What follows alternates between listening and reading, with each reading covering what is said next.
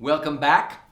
In this episode, we are going to address head-on why blue ocean strategy. When we think about a blue ocean versus a red ocean, those people who understand how to create abundance and not have to worry about their competition, they become the competition, they will have the highest compensation with the least competition.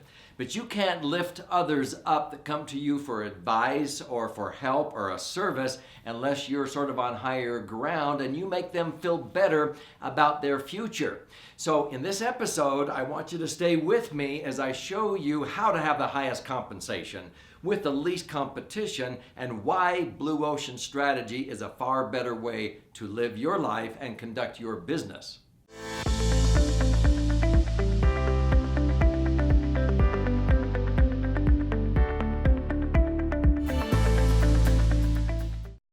So, as I mentioned in related episodes, whenever I sit down with a client one-on-one, or maybe with a group, or I'm speaking to an audience, or I get on the radio, as my producer will attest, sometimes I get caught up putting out fires or whatever, and I have only maybe 120 seconds before I need to come up with an hour radio show. Sometimes the various radio stations, when we go on to a new station, because we're very picky on which stations we air our Live Abundant Radio on, they'll say, you know what, there's a lot of financial advisors. You're a financial advisor, right? And I said, well, yeah, I help people as a financial strategist, retirement planning specialist, but it's more than that, because I want to create a blue ocean so that people don't come to me just about money, because true or authentic wealth is about more than just the money, and that's one of the ways I create a blue ocean environment. But many times they'll say, well, so how do you come up with so much content? You've been on the air for 11 years.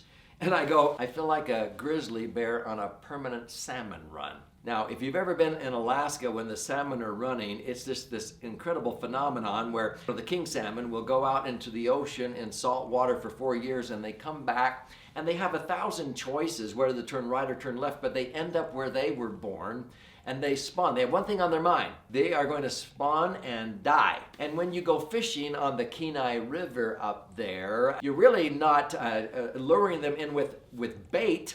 You are irritating them with a lure to where you're getting in their way and they just will snatch at the lure. Well, the grizzly bears go out on the falls and they just open their mouth. And pretty soon a salmon jumps in. Or they can just scoop up that. I feel like that because in the world we have this bad news bonanza. And I just scoop up anything in the world that's bad news and I make that my good news. I don't relish in bad news, but it just happens. And so what I do is I help people solve their DOS and I create a blue ocean. So I ask myself, well, today because of a tsunami or a shooting in Canada or this happened with economics or a war broke out or whatever happened, it usually has a ripple effect and the stock market starts to fall or people get worried, and I simply ask myself, well, why are people feeling confused today? Why do they feel powerless, and why do they feel so isolated in their set of circumstances? And so I take a moment and I go, how can I give them clarity or confidence and a new capability so they don't feel confused, isolated, and powerless? Because clarity clears up confusion. When you give people a confidence in a brighter future, they no longer feel isolated in their set of circumstances. But when you use creativity or you develop capability for them, they no longer feel powerless. And so you do that with this formula.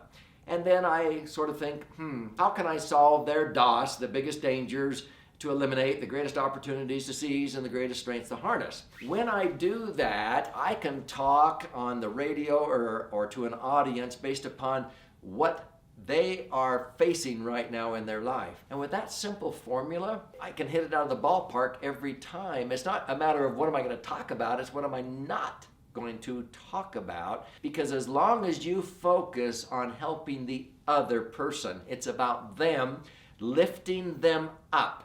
And in order to do that, you've got to be on higher ground and you've got to understand things that they're going through. The secret is to show them the darkness of the night if they keep living life the way they're living it. and the brightness of the day if they'll change their ways, if they'll do what you're recommending. And that's what creates the blue ocean environment. And when you do that, you will have the highest compensation with the least competition, because they think clearer, they think better about their future and themselves when they're with you.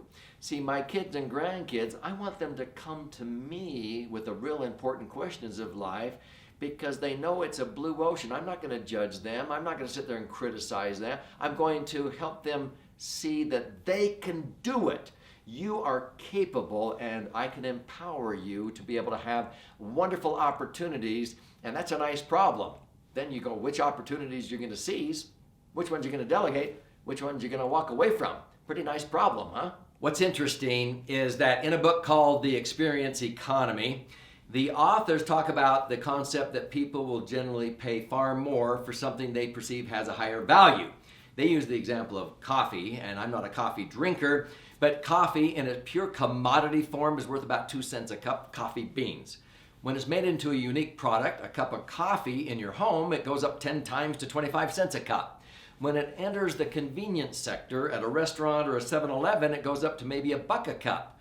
But Starbucks, people go in and they shell out $4 or $5 for an espresso-based cup of coffee, and they walk away proud they did it, because Starbucks is providing a unique experience, and they have a following, a loyalty. And so Starbucks has the highest compensation. They're charging $4 or $5 for a cup of coffee, and it's only 10 cents worth of liquid, because they're providing this unique experience, the place between home and the office, the internet cafe, and people just love that environment. That's an example of a blue ocean strategy, and everybody wanted to try to copy Starbucks. How can they get away with doing that? That is the value creation monopoly. Now, there's one level that people value more than even unique experience, and that's a meaningful transformation. So if you want the highest compensation with the least competition and a blue ocean of opportunity for you and those you care about, provide a meaningful transformation for them. And you do that by giving them insights into opportunities they never knew existed, make them feel better about their future, and see the brighter future they have. And every time they're with you, they feel better about themselves, their future, because you helped uplift them. If this is resonating with you, I would encourage you to watch this episode here so you understand really the difference between the red ocean and the blue ocean environment. And let me assure you, a blue ocean of opportunity is a much better way to go.